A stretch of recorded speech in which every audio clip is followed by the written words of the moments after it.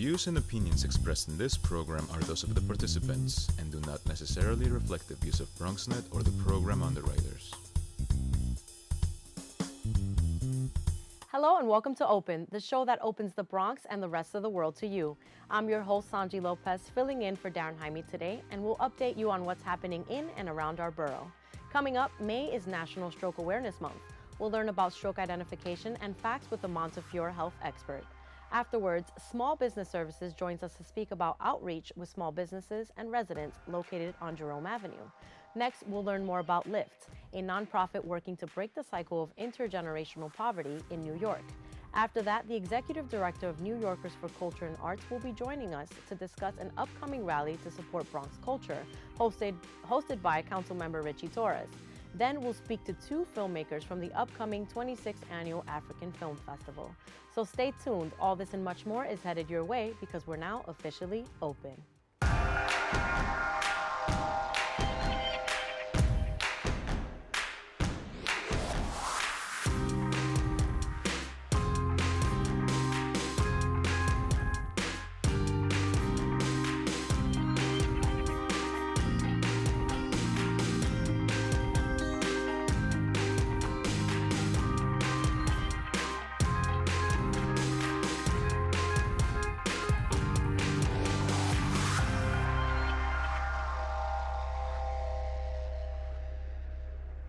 Hello everyone, I'm Sonyi Lopez and today is Wednesday, May 29th, and you're now watching Open, a live program bringing the Bronx and New York City straight to you. We also want to welcome our viewers on Manhattan Neighborhood Network, as Open is now being broadcast simultaneously on MNN's channels. You can stay connected to us via Twitter at BronxNet TV and on Facebook at Open BronxNet Television. A lot has been going on through this past week. We'll take you through it with some Bronx updates.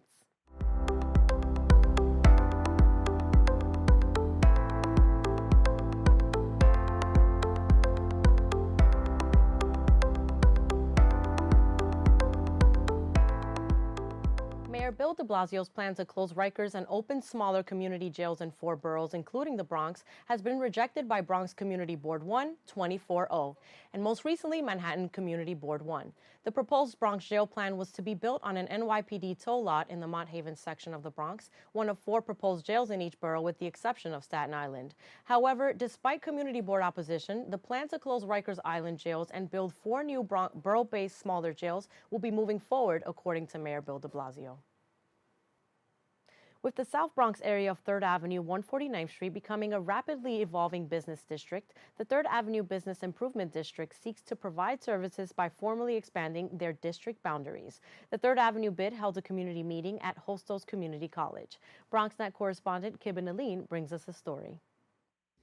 The 3rd Avenue Business Improvement District held a conference at Hostos Community College to discuss possible changes coming to the 149th Street and 3rd Avenue section of the Bronx. Today it was the culmination of about 13 months of public dialogue. It's our second public meeting for the expansion of the 3rd Avenue Business Improvement District. The expansion is an effort to revive one of NYC's most trafficked shopping districts for workers, community residents, and visitors. Executive Director for the 3rd Avenue bid, Michael Brady, reveals at the conference the revival will include creating an area for both locally owned businesses and large franchises to thrive, along with making the neighborhood aesthetically pleasing.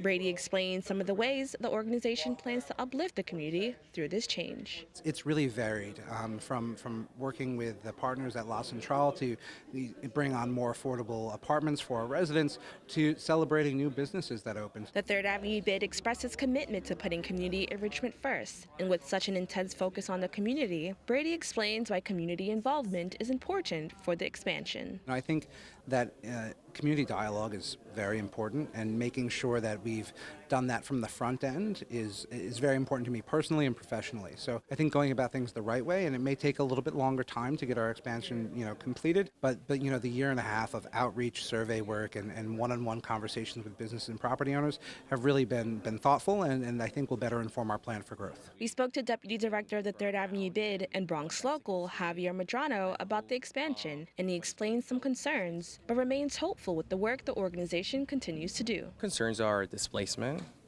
Also, we see a lot of big retail stores coming. So it's like, how do we keep a balance of helping our small shops and also keep making sure the residents are not being displaced. And that's the work that we're doing at 3rd Avenue BID. The 3rd Avenue BID plans to host another conference late June and mid-July. To stay updated, you can visit their social media at 3rd Avenue BID. Reporting for BronxNet, Kibin Aline. Thank you, Kibin. To wrap up Bronx Week 2019, the Great and Glorious Grand Army of the Bronx held the 6th annual Bronx annexation of Marble Hill. Arlene Makoko brings us the story. The Great and Glorious Army of the Bronx celebrated the 6th annual reenactment of the historic 1939 annexation of the Marble Hill neighborhood as seen in this photo. We had a borough president named James Lyons, and he brought his driver, he grabbed the Bronx flag, the American flag, and they drove up to Marble Hill and they claimed it. While it never became official, what it did do was place the spotlight on this piece of Manhattan property, now separated by a canal that was built in 1895 to make it easier for ships to pass back and forth from the East River into the Hudson. Marble Hill for a period of time was an island until 1914, when the northernmost part of the East River was filled with 51 acres of landfill, further changing the maps and sparking countless debate and discussions over which borough this neighborhood really belongs to. We're simply annexing Marble Hill to the mainland. Right? So we're basically doing this for you. Okay. You're welcome. All right? You are very welcome. Beginning at Magoo's Pub on East 231st Street in the Kingsbridge section, located directly north of Marble Hill, historian Angel Hernandez informed his troops and anyone who would listen about the journey ahead. See? This is why we do this. When people joke and tell me, hey, you're actually technically from Manhattan, I always rebuff that and say, no, I'm Bronx through and through, it's in my blood. And you can't tell him otherwise. For Anthony Perez, it's crystal clear. And this is just a fun way to say, listen, this is where we're from, and I'm happy to be proud of it and do it in public. People of Marble Hill, gather around, feast your eyes. As neighborhoods around the city are changing rapidly in the face of gentrification, this one, Hernandez says, is one among many around the borough to visit. The Bronx remains the same. It's that working class borough where you can still experience that New York, that metropolitan feeling. For BronxNet, this is Arlene Makoko. Thank you, Arlene. That's all for Bronx Updates. May is National Stroke Awareness Month. Each year in the United States, approximately 795,000 people have a new or recurrent stroke. Every 40 seconds, someone suffers a stroke, and every 4 minutes, someone dies of a stroke. Montefiore is the only medical center in the Bronx with a prestigious Advanced Comprehensive Stroke Center designation in Westchester County and the Bronx, seeking to serve our Bronx community by raising awareness about stroke identification, treatment, and prevention. Joining us now to give us stroke facts, identification tips, and helpful lifestyle changes is Dr. Charles Asenwa from the Montefiore Comprehensive Center for Stroke Care. Welcome, Doctor. Thanks, Sanji. It's a pleasure to be here. Thank you for joining us. So can you tell us first, starting off, what is a stroke? So stroke affects the brain to start with, and most people may not realize that. And so I think everyone recognizes when somebody else is having a heart attack, because the national sign of a heart attack is clenching of the chest. But there isn't one specific sign or symptom for stroke, and therefore people don't recognize that it's a problem that affects the brain.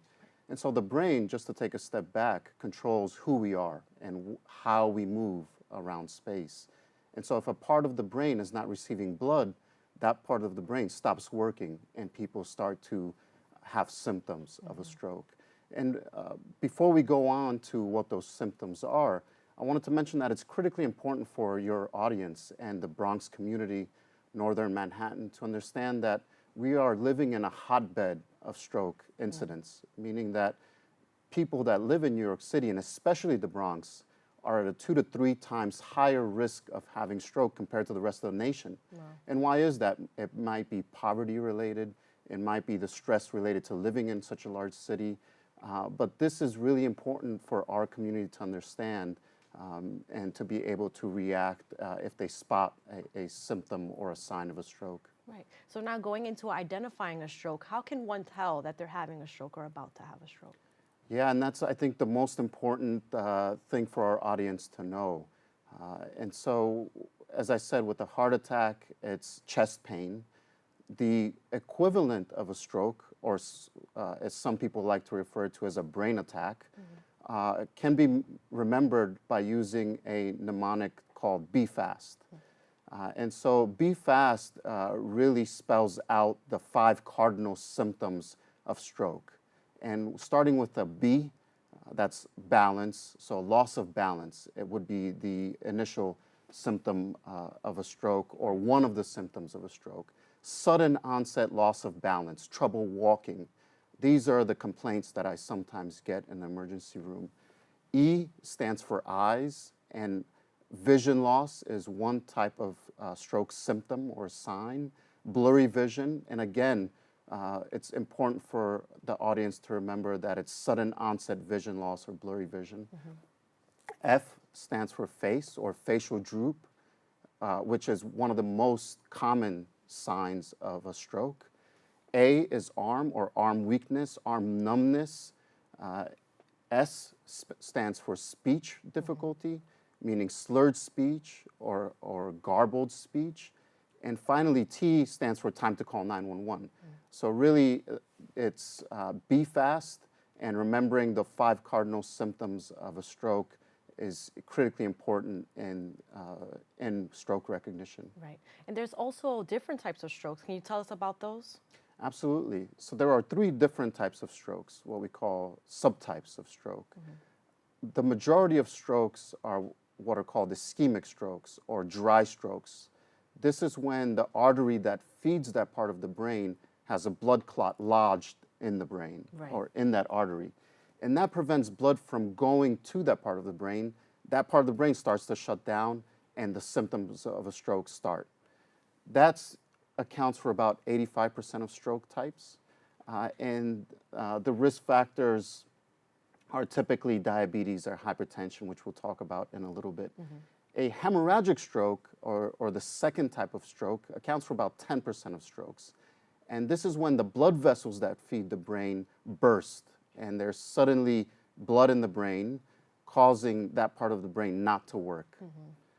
And lastly, there is a TIA, which is mentioned here. And a TIA is called a mini stroke when a dry stroke starts to happen, or a blood clot starts to block off the artery. But by the time the patient comes to emergency room, that clot breaks up and blood flow is restored.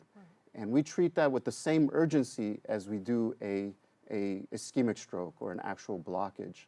It tells us that that person is at major risk of having a big stroke, and therefore we take that very, very seriously. One other thing I'll mention, sometimes people develop sudden severe headache. They call it the worst headache of their life. That is also a potential stroke, and those types of strokes are called subarachnoid hemorrhages. Those are the ones that are associated with aneurysms. So when somebody has a balloon-like dilatation or abnormality of the blood vessel, that balloon-like abnormality can burst or rupture, causing, again, blood to flow into the brain where it shouldn't. And that patients typically present with sudden severe headache. Right, okay. And what are some of the services that a patient can get at the Montefiore Comprehensive Health Center? I understand it's the only one in the Bronx? Right, so as of 2018, we were designated a comprehensive stroke center. And that's the highest level of stroke care that any hospital in the US can provide. And therefore, we have ability to treat all sorts of really, really serious types of stroke. And so the Montefiore Comprehensive Center for Stroke is able to provide what's called TPA, or medical treatment, IV-related treatment for stroke within 4.5 hours of onset.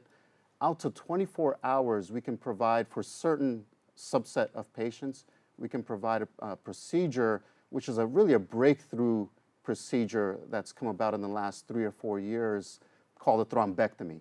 And so people really that have a clot sitting in one of the major blood vessels of the brain, the TPA, or the medical treatment, usually doesn't break up the clot. The clot-busting medication is just not strong enough to break up such a big clot. And so what we have to do, and we have to do this right away, within minutes of presentation, is take the patient to this procedure where we go with a catheter and snake the catheter up to the brain and actually physically remove the clot with a catheter. And so a subset of our patients qualify for this, but ultimately, the most important thing that people can do is recognize a stroke and present to the hospital in a timely manner so that we can do our job to get that clot out and restore blood flow to the brain. And we're always amazed in the type of recovery patients have. Some patients live with a lifetime of disability, whereas others come in really, really sick and within 24 hours are restored to their normal function and are able to walk out of the hospital. And really the difference there is timing of presentation. And so as soon as patients recognize stroke, they have to call 911. It's time to call 911. If a bystander recognizes stroke symptoms, it's time to call 911 for the person that's having a stroke. Thank you so much, Dr. Charles Asenwa, for joining us today and giving us some helpful stroke tips and more information. Thank you, Sanji, for having me. For more information on strokes, visit stroke.org or strokeassociation.org, and of course, Montefiore.org. We have to take a quick break. More open right after this.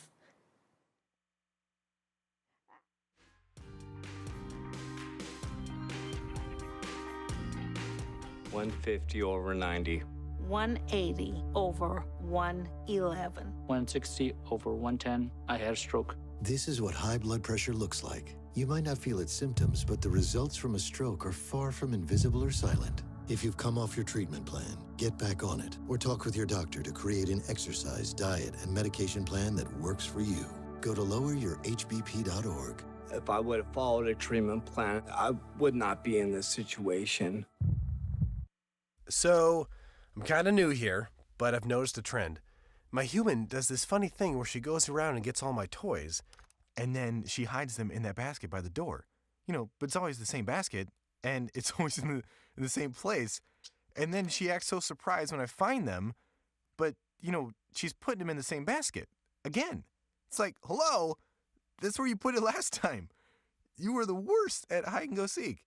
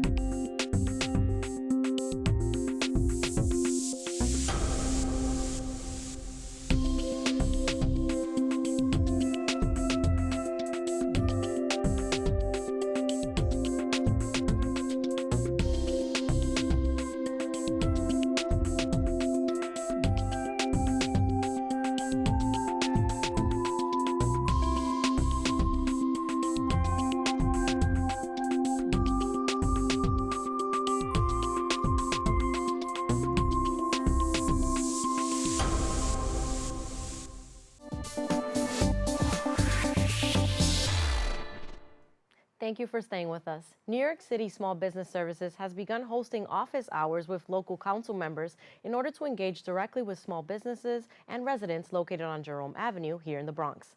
SBS offers business education, employee recruitment and training grants, financing and legal assistance, and more. Joining us now is Janet Peguero, Executive Staff Member at the NYC Department of Small Business Services. Janet, thank you for joining us today. Thank you so much for having me. Of course. Excited to be here. Yes.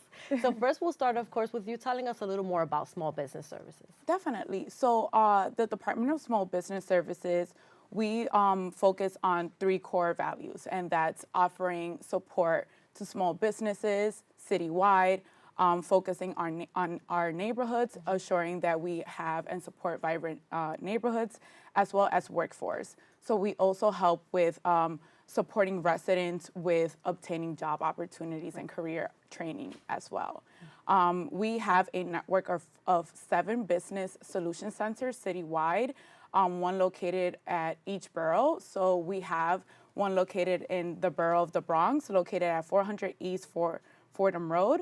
In addition to that, we have 3 centers in Manhattan and then 1 in each of the outer boroughs. And our business solution centers basically offers the suite of services that you mentioned earlier, from business education courses legal assistance, financing assistance, MWBE certification support, as well as employee recruitment and training grants for small businesses that are looking to recruit to support their business, as well as training opportunities for their employees as well. And so our Business Solutions Centers offers the suite of services not only in English, but in other languages as well.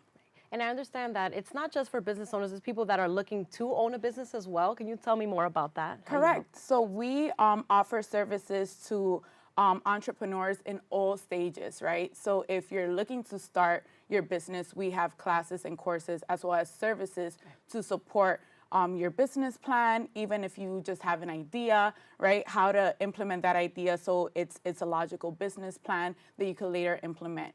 If you are a startup, right? So you have, let's just say, a year in business and you're looking to grow your business but don't know how, you may need a line of capital to obtain tools and the necessary equipment for your business in order to grow. We help you in that stage as well. And if you've been operating for years, but you're looking to maintain with the changes of the market, we also offer support in that area as well. So there is a service for every business at every stage. Right. And we also want to mention these services are completely free. Yes, yes.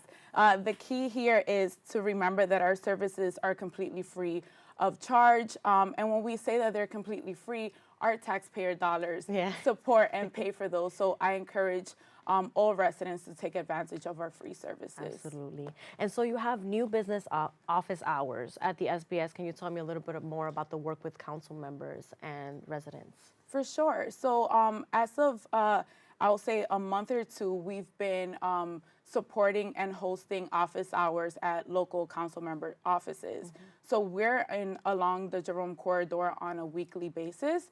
We partner up with Council Member Vanessa Gibson and Council Member Cabrera as well. So we are at every first and third Monday of the month. We're in Council Member Gibson's office from 10 a.m. to 5 p.m. And every second and fourth Tuesday of the month, we are located at Council Member Cabrera's office. Right. And what are the type of discussions that happen at these meetings? So usually during our office hours, what we seek to do is to engage with the community. We understand that our Business Solutions Center in the Bronx may be a little remote, there may be a bit of a distance there. So it's difficult sometimes to get the word out of our free services. So our goal during our office hours is to educate and market as well as promote our services so that residents understand that these services, again, are completely free and they're to support the growth of their business as well as workforce. So if folks are looking for job opportunities or training grants, we also promote those services during our office hours. Wonderful. And what are the main concerns that business owners and people looking to own a business bring up at SBS meetings or when they meet you and want to talk about a potential business that they want to grow? What are those concerns that they're asking? The main concern, and this is citywide and from our Business Solutions Center, is access to capital. So access to capital tends to be the #1 issue that our business owners do bring up. And so when we mention our financing assistance, we work with a network of over 40 lenders, and we work with traditional and non-traditional lenders as well. So our lenders understand that there are challenges, especially in our communities, with credit score, et cetera, or just basic education of what it means to obtain a loan or even apply for a loan. Right. And so during our financing assistance, our services, what we seek to do is expose business owners to the different types of lenders that are available out there, the different loans that they could apply to, as well as help them package their loans from the very beginning of understanding the options that you have, but also applying. The application process could be a challenging one. And so we walk you through every single step of the way and let you know, this is something that you could obtain, or maybe you should look into this, or maybe we should work on building, your credit a little bit more, or building your finances a little bit more before applying for X and Y loan. Right. So tomorrow there's an event coming up.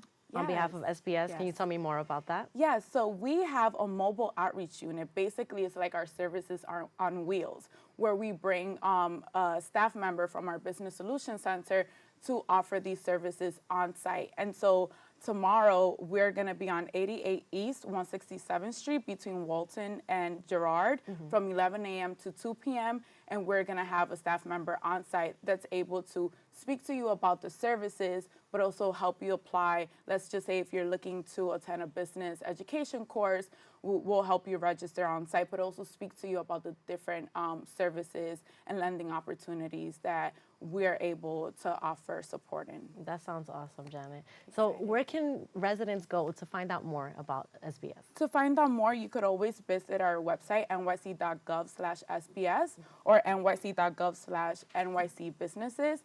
Or I welcome everyone to attend our office hours. Again, we're there on a weekly basis. We also bring our mobile outreach unit on a monthly basis, so look out for that as well. We promote as much as we can via social media, via our website, but also via our council members' offices. Perfect. Thank you so much, Janet, for joining us today. Thank you so much for having me. Of course. Thank you. So definitely take advantage of the services offered at Small Business Services. This afternoon, Wednesday, May 29th from 12 p.m. to 2 p.m., learn about the first steps to starting a business with the New York City Department of Small Business Services at the East Side House Settlement, 201 St. Anne Avenue, in the basement. And for more information on all the services available to you on behalf of NYC Small Business Services, call 311 or visit nyc.gov/SBS. Switching gears here, the Bronx Children's Museum held a gala to celebrate its first brick-and-mortar facility set to open next year. The museum operates out of a bus traveling to schools, shelters, libraries, and parks, providing programming for kids. BronxNet reporter Gracie Matisse has the story. The Bronx Children's Museum Gala welcomed a star-studded group, including Gala co-chair Kerry Washington, to celebrate the museum's first brick-and-mortar facility set to open next year. Currently, the museum operates out of a bus traveling to schools, shelters, libraries, and parks to provide programming for the kids. This is our third annual gala. We're hoping to raise a lot of money this evening to support the Bronx Children's Museum. Rock Nation sports executive and Bronx native Sean Pecos Costner was one of the honorees at the gala, as well as EGOT winner Rita Moreno and architect Jonathan Marvel. Costner remembered how much fun he had growing up in the Bronx. Having fun with all the rappers like Fat Joe that grew up in the Bronx, just us growing up as kids, hip-hop being the birthplace of the Bronx. It was just a real cultural experience for me, which I love, The Bronx Borough president also attended the event and spoke about what opportunities the museum will bring to the community. We know one thing, based on all of the people that are here, that if you give a Bronx boy or a Bronx girl that opportunity with our swag, with our flavor, with the talent that we have and the drive that we have and the resiliency, we'll conquer the world. This right here is one of the absolute masterpieces that the children were able to create thanks to the mobile art bus. But just imagine what they'll be able to dream up with the help of the new facility opening spring of 2020. Reporting for BronxNet, Gracie Matisse. Thank you, Gracie. Lift is a nonprofit working to break the cycle of intergenerational poverty in New York and across the country. They provide one-on-one coaching to women with children who reside in the South Bronx. Here with more information is Xiomara Romain, Executive Director of Lift NYC, and Felix Alarcón, Parent Engagement Fellow. Welcome. Thank you for joining us. Thank you for having us. Of course. We'll start first with what is Lift?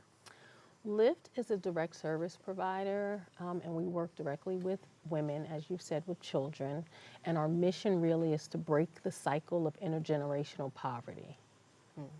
And what are some of the services that residents of New York City and the Bronx can receive at Lift? So we provide one-on-one intensive coaching to our members. We call our families members.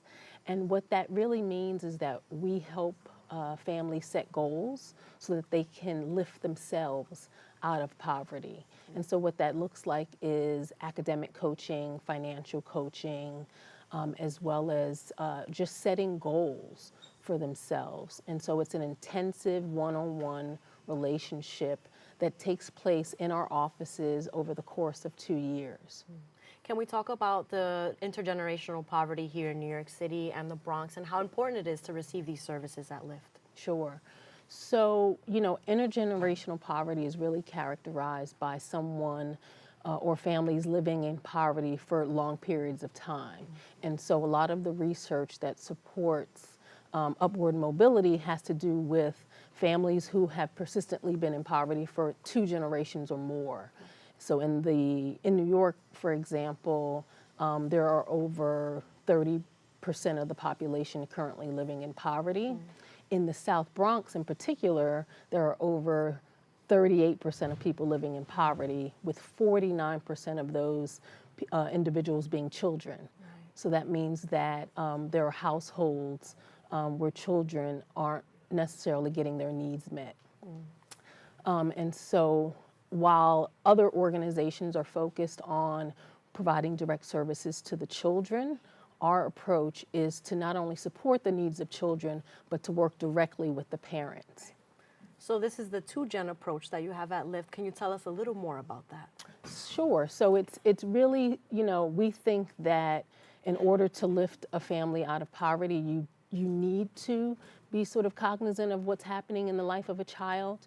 And again, that there are multiple service providers out there already supporting the needs of young children. And we work with a lot of those organizations. But our model is predicated on really looking at some of the indicators of upward mobility and targeting adults specifically. And Felix, can you tell us about some of the work you do as a parent engagement fellow, a day in and day out at Lift? Definitely. Thank you. So as the engagement fellow, what I do is I go out into the community. I reach out to our community partners, which would be schools, other nonprofit organizations, and we try to find families or parents that really are looking for that guidance, that are looking for that support system. And a lot of the families that we work with, parents, they fit perfectly with our coaching model. And they fit perfectly because we come from a strength-based approach. We come from and what that means is that they are the CEOs of their family. They decide what they want and what's good for their families. And we're merely there just to support, to guide them and help them navigate through that murky waters of, where do I start? If I want to go back to school, I work, I have childcare, how do I navigate these things?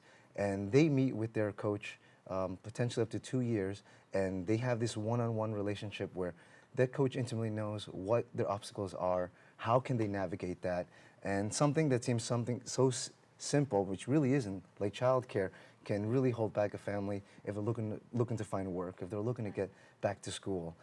And so that's where we come in, as the coach helps guide them, helps overcome that obstacle so they can continue on that long-term growth for their family. Right. What do you find that your members need more of here in New York or in the Bronx? I think housing is a big issue. People are rent burdened. There's a lot of housing development, a big boom happening in the South Bronx, and families feel like they're being pushed out, or they feel like their current housing situation is inadequate. And so although we don't provide those types of services directly, we have a strong network of organizations that we refer out, refer our members to, and we help our members access the necessary supports and services sort of in the short term so that they can stay on track to achieving their goals. And speaking of that, what are some of the challenges in helping some families that you want to reach out to as a part of Lift? Yeah, I can speak a little bit to that. So one of the challenges, especially in the South Bronx, is that a lot of our families sometimes fall into crisis. There's no set stability. You could be stable for a little bit, but then you fall back on a payment, you're behind. Food on the table is a very common issue, and it's sometimes a struggle to help these families if they are in immediate crisis. You can't call to a family and say, all right, let's save $1,000 if you're struggling to put money or food on the table within the next couple of days. So we always try to find that balance, and like Xiomara said, we've built this exhaustive network of other partners in our community that help with those families that are in crisis. And these services at Lift are also free of charge for these families. Can we talk Definitely. about that as well? Yes, so all of our services are free. We have some fabulous and amazing donors that allow for that to happen. And we actually have the ability to provide short-term cash assistance to our members. And so we have a family goal fund, which is a small infusion of money that we provide to our members it's not non-conditional in terms of them receiving the funding, but they do have to participate in the program for a certain length of time. And so we're able to sort of give back in that way and sort of help with some of the slack that happens with families living in poverty. And you operate in 4 different areas? So in the country? Lift is a national organization. Okay. So we have offices in DC, which is where our headquarters are. We have offices in LA, Chicago, and our New York site. And so, you know, one of our big challenges is that Lift New York is a 20-year-old organization. We've been around since 1999, but yet we feel like we're the best kept secret of the Bronx. Not many people know of us. They associate us with the car sharing service. Oh, no. So, Lift with an I, not with a Y, people. Right, right. And so, you know, what we're really trying to do is raise the visibility of the organization and let people know that we're here. Well, you're here today, and we're here to promote Lift and discuss it and let our families know that there is help out here at Lift. Where can these families go to find out more information real quick? www.whywelift.org. There you go. Thank you so much, Felix Yomara. Thank you for joining us today. Thank you. Thank you for having us. Of course. For more information, visit whywelift.org or email info@whywelift.org. And you can also call them at 202-289-1151. That number again is 202-289-1151. On a different note, to assist families and children in poverty in 2008, Yankee baseball pitcher CC Sabathia and his wife Amber Sabathia founded Pitch In Foundation. They held their annual softball charity game to enrich the lives of inner city youth. BronxNet reporter Darissa White brings us the story. We're here in the Bronx for CC Sabathia's annual softball game with the likes of Fat Joe, Jamie Foxx, Deezus and Merrill all taking the pitcher's mound. Batters up! Yankee Stadium had a packed house this past Thursday as some local and national celebrities came together for a good cause.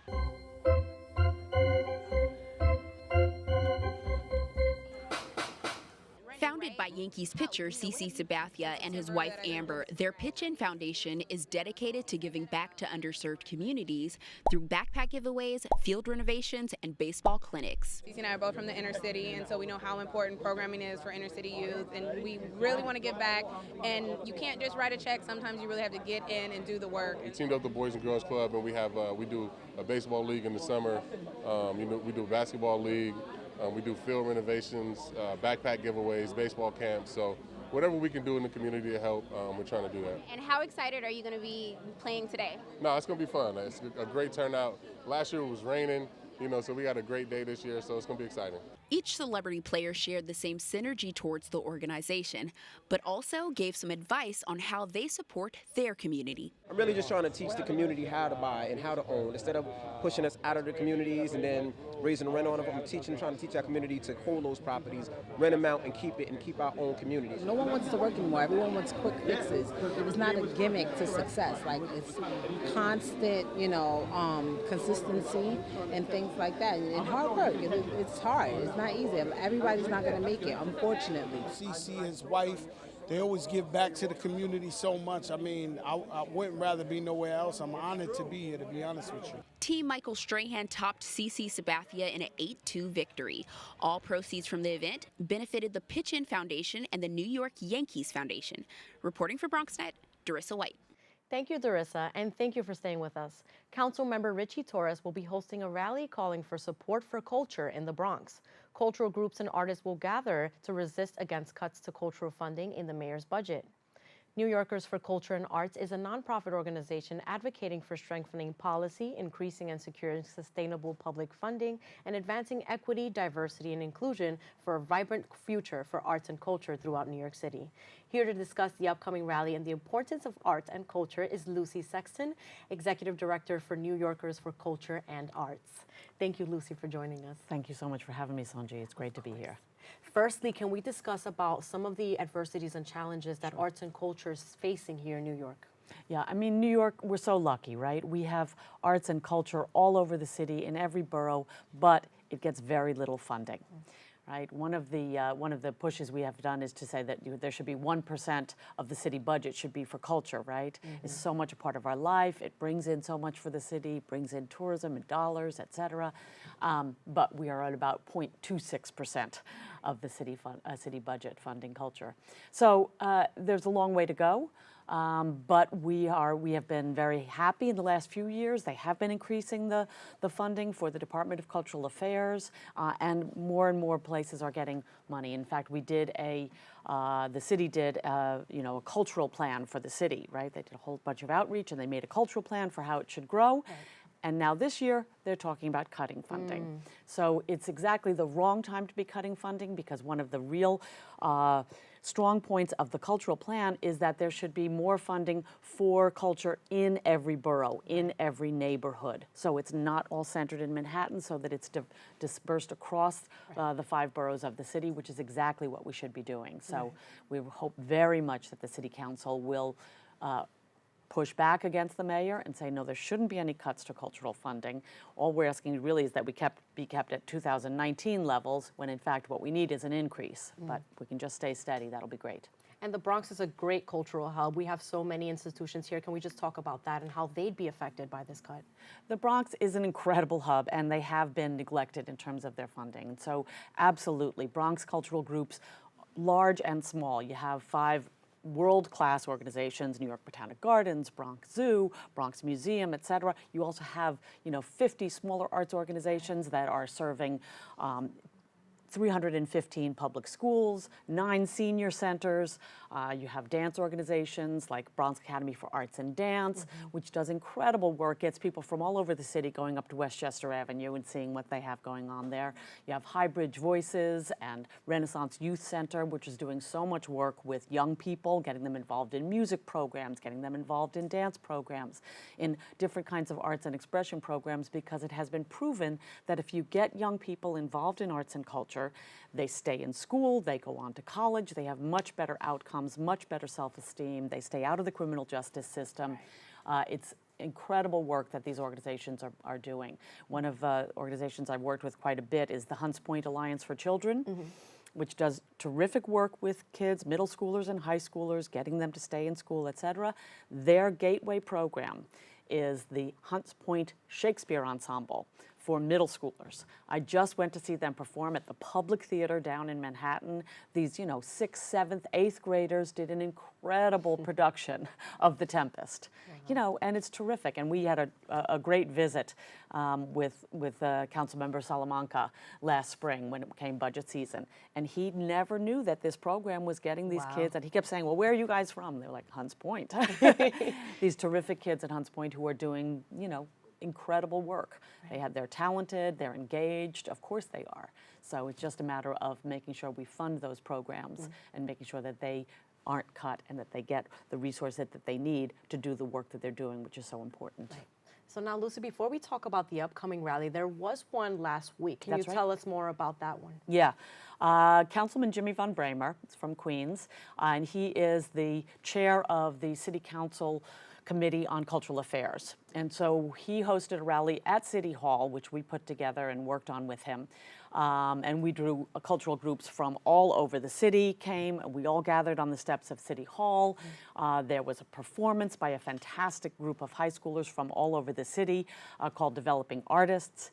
And we called out and said, we need to be funding the arts, and we need not to be talking about cutting culture in the city budget. So it was a terrific rally, got a lot of attention, and hopefully we can build some momentum. And then I'm so thrilled that Councilmember Richie Torres, who is such a leader on so many fronts, is hosting a cultural rally, one of the first ones in my memory, up here in the Bronx. Yes. Which is exactly correct. It's what all the city council members should be doing, saying, it's not just the centers, not just City Hall, it's not just Manhattan. It's important that it's happening up in the Bronx. It's important that it's happening in Staten Island and out in Queens and in Brooklyn. So I'm really grateful to Councilmember Torres for hosting this rally for culture here in the Bronx next Monday, June 3rd. Yes.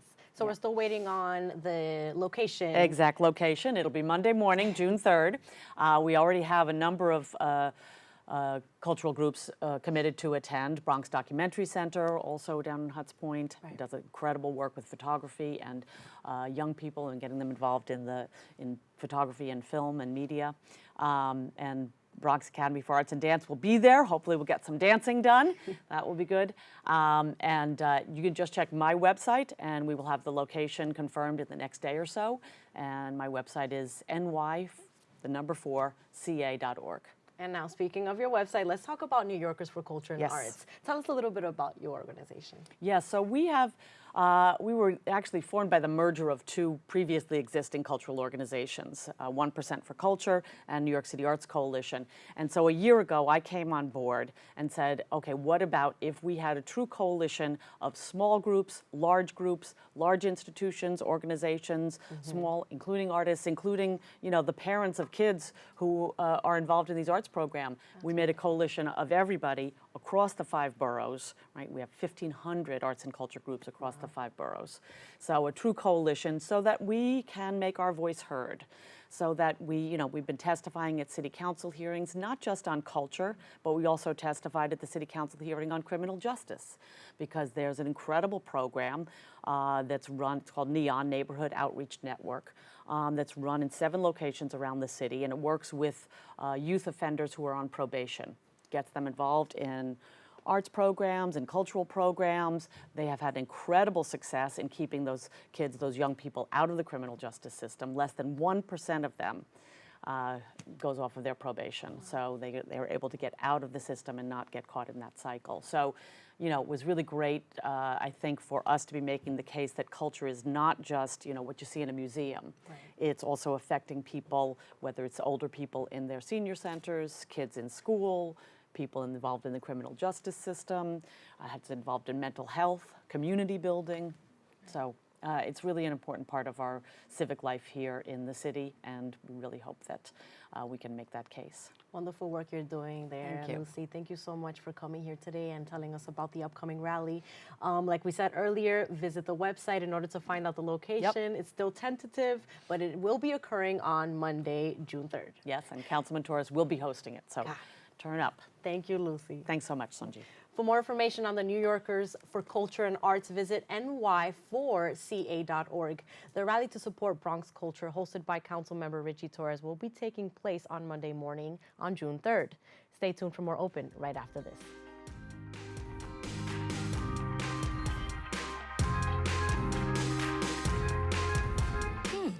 Maybe you can make retirement happen. After all, you made this vacation happen. Double points with every purchase? Cleverly merging promotions. Love it. Cross-referencing travel sites. And booking all your flights with those... Vouchers. I got us bumped. They were like, oh. But now they're like... Aloha. You aced this vacation. Now get the tips you need to get on track at aceyourretirement.org.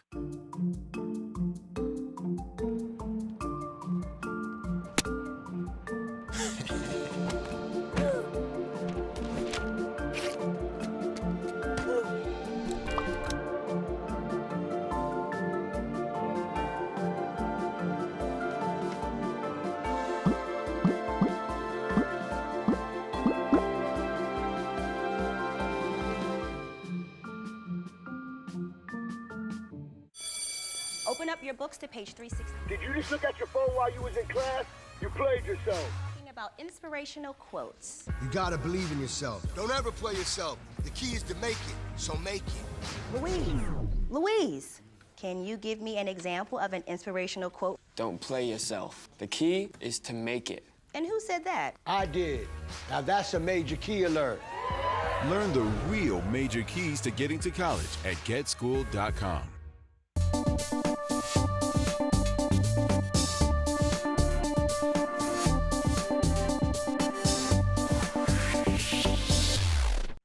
Patriotism. It inspires passionate debate. It's worn like a badge of honor with good reason, because it means love and devotion for one's country. But what really makes up this country of ours? It's the people. To love America is to love all Americans.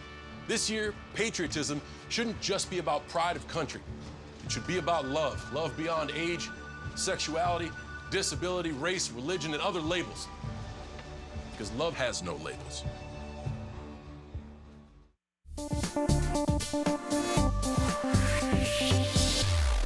Welcome back. The 26th Annual African Film Festival, presented by Film at Lincoln Center and African Film Festival Incorporated, has returned with 68 films of multiple genres from 31 countries across the diaspora to help celebrate our vibrant cultures as well as confront the issues that affect our societies through the power of cinema. This year's theme is Beyond Borders, Storytelling Across Time. Joining us now to tell us more about the African Film Festival and their individual work are filmmakers El Fumbi and Sean Antoine II. Thank you for joining us today. Thanks for having us. First, we'll start off with the African Film Festival. It's the 26th annual. Can you tell us more about the African Film Festival?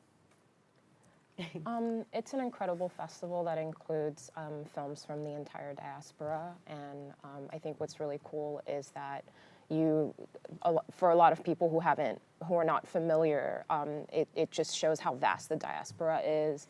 And there's films from all different genres and all people from all different cultural backgrounds, and it's really interesting and cool.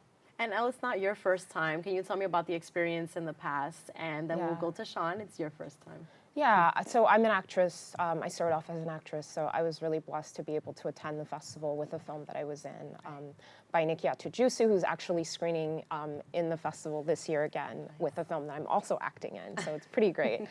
And so I feel like I've been aware of this festival for a long time, and it's been a dream to have my own work screen in it, so this is sort of a moment come full circle for me. Right. And Sean, for you, it's your first time at that African Annual Film Festival. Can you tell me about that?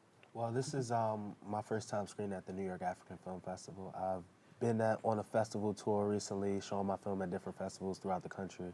But I'm excited about this year's festival. We actually shot a scene right at Lincoln Center where we'll be screening. So, you know, everything came full circle from shooting a scene there to now screening at Lincoln Center. So it's a blessing, and I'm thankful for the opportunity. Let's talk about your pieces, your work. So your film is called No Traveler Returns. Can you tell me about that? Oh, no, I'm Showtime, yeah. You're Showtime? Oh, it's the wrong way. No, Showtime. So can you tell me about your film, Showtime? Sorry, Sean. Oh, no, it's fine, it's fine. So Showtime tells the story of two boys who dance on the train in New York City. So you've seen the videos go viral. You know, light feet culture, Bronx, Harlem, New York City as a whole.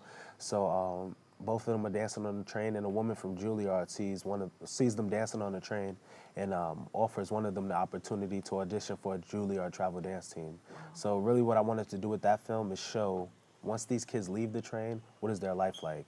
So many trials and tribulations that they go through while still doing their passion and everything. So for many of us that sees the videos or see them dancing on the train, you know, we just see them there in that space. Right. But what do they go through when they leave the train and whatnot? So. Wow. And Elle, for yours is No Traveler Returns. Can you tell us about your film? Yeah, it's about an African immigrant who is struggling to adjust to life in America, and his despair is pushing him, you know, towards an existential crisis. I really wanted to tap into, you know, what it means to be an immigrant and some of the struggles that immigrants might face in this country. I think it's a really relevant topic right now. And as someone who was born in another country, I was born in Cameroon, it's also something that I, you know, deeply, deeply relate to. So there's a lot of representation, a lot of culture in these films, and we definitely want to check them out because it's something that we don't see often. And the fact that we have, you know, people that we can relate to creating these films, that's something in and of itself. Can you tell us about working on your films and like how the experience was, and how many other films have you created before? Well, I was in film school. I graduated from Columbia 2 years ago, so there's a lot of filmmaking, a lot of films that I had to make while I was in school. But this one was really special for me because I made it with my family, and my friends just kind of rallied around me and really supported me. We had no money, so it was made with very limited resources and shot all over the city. We shot in the Bronx primarily, and also, I know, exactly, and parts of Manhattan. And yeah, so it was such a labor of love. For my film, excuse me. So for my film, it was an amazing experience. I just recently graduated from the University of Rhode Island, but congratulations. Thank you, thank you. So a lot of people from my school helped out on this film. People from the city, people from our community. We had over 150 people from the neighborhood give money so that we could make the film. And over 3 days in blistering cold, we actually filmed on the train in Harlem. throughout the city. And it was just one of those things that everyone was able to come together to tell this story. So that was one of the most beautiful experiences I've had. Where can folks see your work individually? Like, where can they go to visit you? If you go on my social media, at Sean Antoine II on all social media platforms, you can find a lot of my work. And if you search my name up, you'll see some of my previous works. Yeah, same for me. At ParisBound16 is my Instagram, and also on Vimeo. There's a couple of things that I've actually released that people can watch. And can we also talk about this year's theme, Beyond Border Storytelling Across Time, and what that means for you and your film and your work? I would say that theme really speaks to the stories of African American people, Black people, just the whole diaspora. Talk about the storytelling throughout time. You know, people of color, we have so many stories, and throughout history, we've always been storytellers. And I would say our films speak to that, you know, New York City culture, African immigrants, and those type of things, and these stories that now finally are starting to have a platform where we can tell these stories on a large scale and in the masses. So I would say that's really what this theme speaks to. And also to like just the recurring issues that are still, unfortunately, that are still pertinent and still very relevant. And I think that's super important that those issues be highlighted as well. Absolutely. And what are you looking forward to most at the film festival? Aside from promoting your film and being there, you know, there's other social things that go into coming into a film festival of this sort. For me personally, it's the first time that everyone that participated in the film is going to be able to come and see it. Nice. So that is something I'm really, really excited about, and having them see all of the work that they put into it, and just kind of celebrating what we did. The fam is going to be there. Yes. Yes, supporting. I'm really excited to see all the other creators. I'm always inspired by my peers, seeing the other art that's there.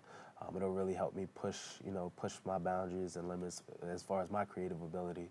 So I'm excited to, see everyone's film, network, and, constantly, just build my brand and network with everyone. So I'm excited about that. And the opening reception is going to happen at the Lincoln Center on, I've mentioned at the end, but just to talk about where it's going to be and what date. I believe it's at the Walter Reed Theater or Center on Thursday. Thursday is opening night, so tomorrow is opening night. So they'll be showing a couple films there. They'll have like a red carpet event. Yeah. But we actually screen Saturday at 3:30 at Lincoln Center. Got it. Thank you so much for being here today. Thank you for having us. Luck and congratulations. Thank you. Thanks so again. much. Of course. And the 26th Annual African Film Festival opening night will take place in Film at Lincoln Center on Thursday, May 30th at 6:30 p.m., located at 165 West 65th Street, New York, New York, 10023. For more information and tickets, visit africanfilmny.org/NYAFF26. We've come to the end of our show today. I'd like to thank all of our guests for joining us and you, the viewers, for tuning in. If you missed any part of today's show, you can catch the recablecast at 5 and 10 p.m. on Optimum Channel 67, Verizon Files 33, or watch anytime at the web on bronxnet.org. That wraps it up for us on the set on Open. I'm Sonyi Lopez. Make sure to keep this channel wide open. Take care and God bless.